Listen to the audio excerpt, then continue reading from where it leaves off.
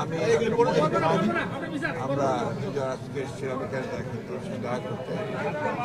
উনি আগের চেয়ে ভালো বোধ করছেন, আর সঙ্গে আমাদের ডাক্তার সাহেব আছেন, তাই উনিও বললেন না আগের চেয়ে অনেক ভালো,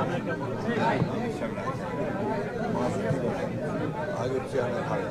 আশ্বস্ত হয়েছি, কারণ এই বাংলাদেশের রাজনীতির ক্রিটিক্যাল মোমেন্টে আপনার সাহেবের সুস্থ হওয়াটা খুব জরুরি আমরা মনে করি। আল্লাহ তাআলার কাছে দোয়া চাই।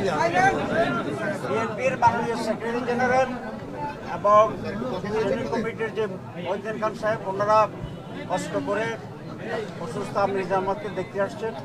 আমরা জামাত ইসলামের পক্ষ থেকে ওনাদের প্রতি কৃতজ্ঞতা জানাচ্ছি এবং আমির জামাত ভারপ্রাপ্ত চেয়ারম্যান এবং ম্যাডামের কাছে ওনার সালাম দিয়েছেন।